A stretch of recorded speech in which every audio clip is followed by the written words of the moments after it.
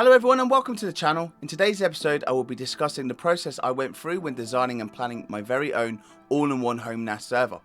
If you missed my last video where I talked about my home lab journey and why I decided to build this server, there's a link in the description box below for you to check it out. Over the next few weeks and months, I'll be walking you through the exact process I followed when planning, building and troubleshooting this system. My goal is to share every single step with you, warts and all, the good, the bad and the ugly, so you can hopefully benefit from my experience and to find answers to your own home NAS questions.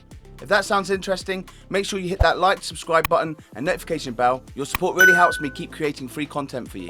Just so you know, this system is already built and running in full production, and I have to say it really turned out to be a solid home NAS server build.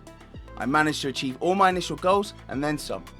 Building this server has been a hugely rewarding process, and for me, that learning experience is truly the best part of building your own home lab. I've linked all the hardware used in this build in the description box below, along with some good alternatives. For full transparency, some of these are affiliate links. They won't cost you a penny extra, but I might get a small commission, which helps support the channel so I can keep making these videos for you. So a big thank you for your support. Alright, if you're ready, let's get into it. Before we go any further, I want to quickly explain what I mean by an all-in-one home NAS server. Everyone's definition is a bit different. For me, it's way more than just a place to store files. It's a complete home lab setup and combines storage, virtualization, networking, home automation and much more, all within one compact, reliable system. It's built to handle all my daily tasks, ongoing projects and future experiments from a single box. This isn't a one-size-fits-all concept. Your needs and goals will be different from mine, but my definition is simple. If it does everything I want and lets me learn, test and grow, then it's my all-in-one solution. When I decided to build a proper home NAS server, I knew I needed something far more capable and flexible than my old setup. Here's how I approached the process, from initial planning to making those crucial hardware decisions. I was coming from a very basic setup, a mini PC with 6 external USB hard drives. It worked fine for basic tasks and file storage, but it quickly became a mess. I needed data redundancy, better scalability, faster data transfers and improved reliability.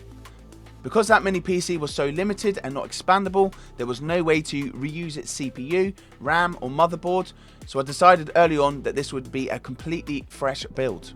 Before even thinking about hardware or software, I sat down and made a detailed checklist of every function I wanted this server to handle. Here's the planning checklist I used for my all-in-one home NAS server build. So my goals were to centralize everything, consolidate all my drives and other mini PCs into one device, virtualization, spin up virtual machines and containers on demand for maximum flexibility, image server, a dedicated server for backing up and sharing all of my and my family's photos and videos, Plex server. As a lifetime Plex Pass member, I wanted to organize, share and view my archive of films, TV shows and music. Media management, centralize all my media from existing archives to torrents and Usenet.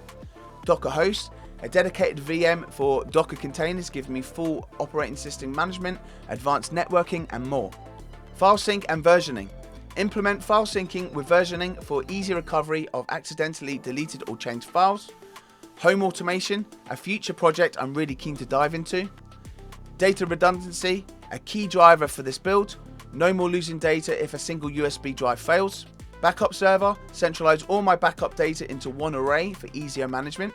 Network shares, host NFS and SMB shares for use with other VMs and devices across my network. Security first, every decision had security at the forefront. VPN and VLANs for securely connecting devices, adding isolation and enhancing security.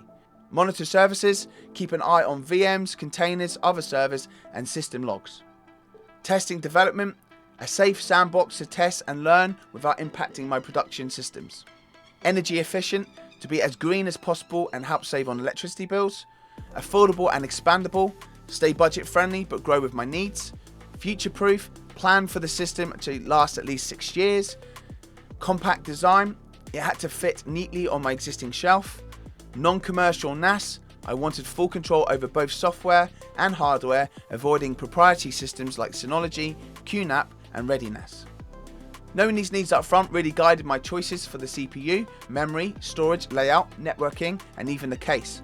I also knew I'd be running a hypervisor, which meant planning ahead for how many VMs I'd want and the resources and isolation that they needed. Something I had to constantly remind myself of was not to fall into the more is better trap. It's easy to overbuy when you're excited about a new build, but I focused on what I generally needed while still leaving plenty of room for future growth.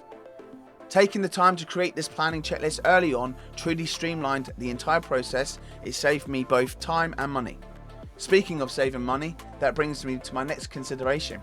At one point I thought about buying second-hand parts. You can find some fantastic deals on platforms like eBay, Facebook Marketplace, and even specialist forums, especially for items like used enterprise grade hard drives, with caution of course, server grade chassis, power supplies, older but still very capable CPUs or motherboards. Buying second-hand can be a brilliant way to stretch a tight budget, especially if you're flexible and patient enough to wait for the right parts, but there are definite trade-offs. So the downsides I had to weigh up was warranty. Most used gear doesn't come with one. If something fails, you're on your own. Unknown history. It's tough to tell how hardware has been treated or how much wear it has, especially hard drives. Condition risks. I've seen instances of sellers tampering with smart data or selling fake and renamed drives, particularly with enterprise models. No returns or support. If you run into problems, it can mean hours of troubleshooting or being stuck with a dead part. In the end, I decided it just wasn't worth the risk for me. My main goal was a long-term 24/7 build with minimal headaches. Plus, I was fortunate enough to have the budget to buy new. I sourced my parts from trusted online retailers like Amazon and EE, which gave me warranties, clear return policies, and priceless peace of mind. That said, if I'd been on a tighter budget, I might have approached it differently. For anyone considering second-hand, I strongly recommend vetting sellers very carefully, always checking smart data yourself, avoiding second-hand storage unless it's from a trusted source, look for used enterprise gear with generally low usage. I'm aiming to use this server for at least 5 to 8 years, so I tried to make educated guess about my future storage and performance needs. I looked at how long it took me to accumulate my current data, projected that forward, and then added a decent buffer. Of course, predicting future tech trends is tough, but looking back at how much things have changed over the past decade really helped me frame my expectations. I didn't want to be locked into something obsolete in just a few years, so I built in plenty of headroom, extra RAM capacity, additional CPU cores, upgradable storage options, and more SATA ports. So that brings us to the end of today's video. I hope you got some benefit out of it. Why not share your own experience and the hardware you chose in the comment section below? I look forward to hearing about it.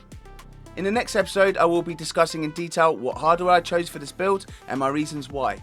I will discuss some troubleshooting steps I had to make in order to get it all working great. It should be a great episode, so I hope you can join us for it. Don't forget, I have a Discord channel that I'm building up. It's very early days, so be one of the first to join. I hope to build a community there, run competitions, and get your feedback on future content ideas. It's also a good place to get any help or support. Just drop a question in the correct section, and I'll do my best to answer it. All that's left for me to say now is thank you guys for watching, and I'll see you in the next one.